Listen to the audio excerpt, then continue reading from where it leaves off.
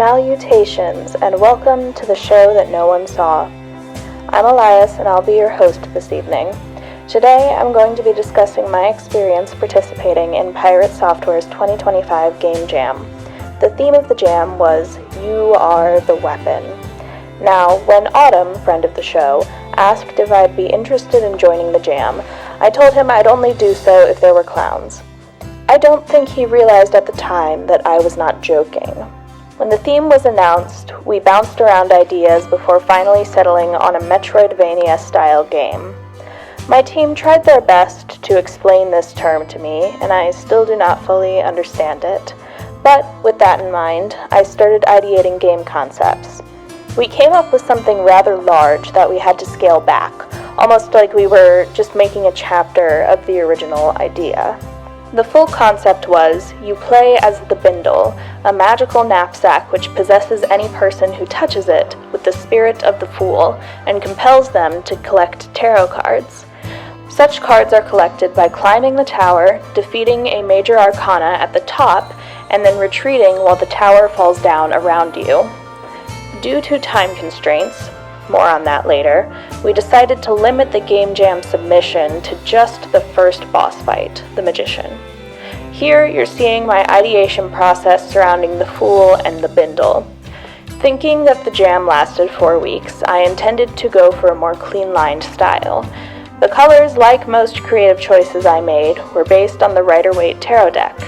With the Fool's design finalized, it was time for me to start animating. Now, I haven't animated anything since I was a child, but I'm quite proud of how this all came out. I first drew a small turnaround for the character, both as a warm-up and as a reference guide. The most difficult part by far was the hat. As a team, we loved the mischievous devil horn silhouette of the hat, but translating that into 3D space was proving difficult for me. You'll see I'm moving the drawing around a lot, and that's so I can use the onion skin function to trace over the other frames for consistency. For those of you not yet acquainted, the onion skin function is a digital facsimile of a traditional paper animation method. In traditional paper animation, animators would often use thin, see-through paper to animate, allowing the previous drawing to be seen and accurately elaborated upon. Digitally, it's the same effect, allowing me to see the surrounding frames of animation. Once my turnaround was done, it was time to start putting things into the game. This was a highly intimidating prospect for me, as it involved actually warping the figure and communicating emotion that your audience needs to be able to recognize. A normal person might have looked at this daunting opportunity and opted for a simple walk cycle, but I am unfortunately insane. The Fool as a tarot card, to me, represents a gleeful and trusting leap into the unknown. He welcomes the future and its challenges with open arms and good spirit, and I knew that was the energy I had to channel here. The walk cycle had to be a skip cycle. After a lot, and I do mean a lot, of trial and error, and some consultation with some local animators, I ended up with a simple skip cycle that I was very pleased with. It was exactly the vibe I was hoping to achieve. The next crucial piece of animation was the jump. Even if the tower ascension didn't make it into the final game, jumping was still a necessary function for the boss fight. Learning from my previous cycle, I worked through this animation in parts. First, I made the torso move up and down. Then I added the motion of the legs, then the bounce of the arms and the Bindle, and finally the face, which was a very difficult part, again, because of the hat. I initially wanted gravity to affect it the way it was affecting the Bindle, but I promptly decided that it looked too silly and had to adjust accordingly. Next up were the attack animations. You can attack on the ground or in the air, and I had an idea about what one of those would look like. For the ground animation, I went for a simple, solid lunge. I again did this animation in parts, though this time to communicate a faster motion, I also began experimenting with smear frames. I wanted there to be weight to the hit, so I added a little recoil to the Bindle and other more flexible parts of the Fool's clothing.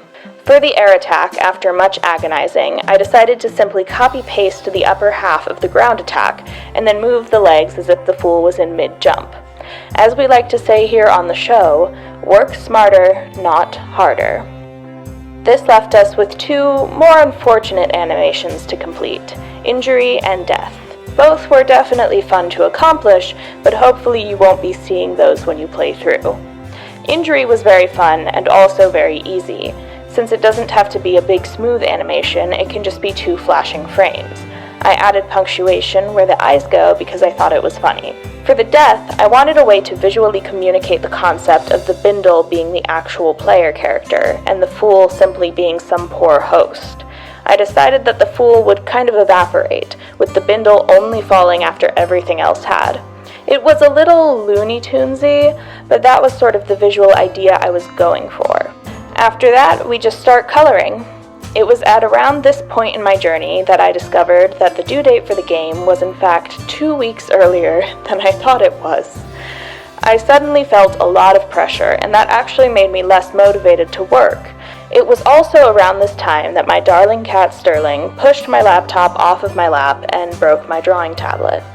It was a very stressful point in development. I was fortunate enough to have backup options until my new tablet arrived, and thankfully I was only coloring, so it didn't have to be as precise as, say, my line work. Speaking of line work, you may notice that I didn't actually do any.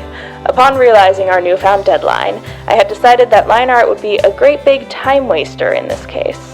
Luckily, I was working with a team who liked the sketchy look in video games, so it all worked out pretty perfectly. Now, the other character required for this game was a much simpler matter. The Magician is a card about being in control of your own destiny.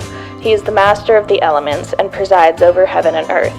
As such, I wanted the visual language of his character to be very relaxed and graceful, to communicate his control. I play pretty fast and loose when it comes to clowns as a theme. In this instance, I wanted to try other clown-adjacent vibes to see if we preferred to have the Magician in contrast to the Fool. First, I tried a candle-headed stage magician. Then I tried kind of a visual combo between a stage magician and a circus clown. Finally, I provided an option that was more a clownified version of the Rider-Waite magician than anything. The team really resonated with this last option, but we wanted still to use the candle head since the implementation of the halo felt really unique as the candle's flame. As far as animation goes, this was both easier and harder than the Fool in different ways. Since the Magician has these simpler, more controlled movements, there was less drawing to actually do. Most of the animations clocked in around 3 frames. On the other hand, the Magician had a more complicated design, which was harder to redraw and a lot more time-consuming. At this point, I was still feeling a lot of pressure from the encroaching deadline, and I was having trouble sitting down and working for long periods of time, but I sincerely enjoyed the finished product anytime I finished an animation. I had a lot of fun with the injury animation especially. The dazed stature, the dizzy flame, and the Ace Attorney sweat on the candle head all combined into something very expressive and unique. The death animation here was a fun concept too. Friend of the show and game coder Autumn had mentioned how he wanted the death to be like blowing out a candle, and I considered the possibility of the Magician being an avatar just like the Fool, and the candle head his Bindle. In exchange for greater power, he is given less separation from the Magician as an identity. The coloring wasn't especially hard on this one, although I did notice after submissions that this might have been because I forgot to shade any of it. In either case, I don't mind. I don't think it affects anything too badly. Finally, after much procrastination, I had to figure out the environment. I ideated 3 different looks for the platforms: a pillar-like structure, a stone structure, and a wood structure.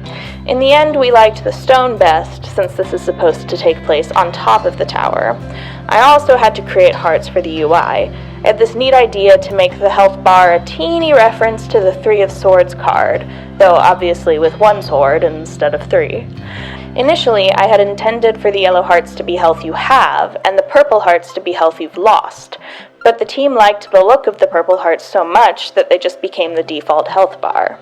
Finally, I just had to mock up the background for the game. Instead of sketching, I painted it all in. My aim was to create a similar feeling to when you watch an older cartoon and all the backgrounds are painted except for the props that are going to be used in the scene. Those kinds of cartoons are very nostalgic for me. I added this little rose border as another nod to the Rider-Waite Magician card, and that was it. That concludes our show tonight.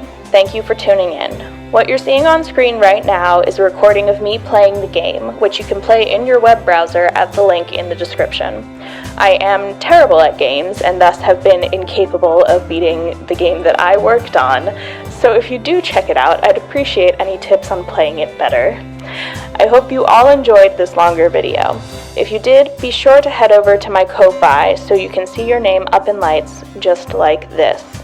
Thank you very much to everyone who helped out in this video. That's all for us here at the show that no one saw. Thank you, and good night.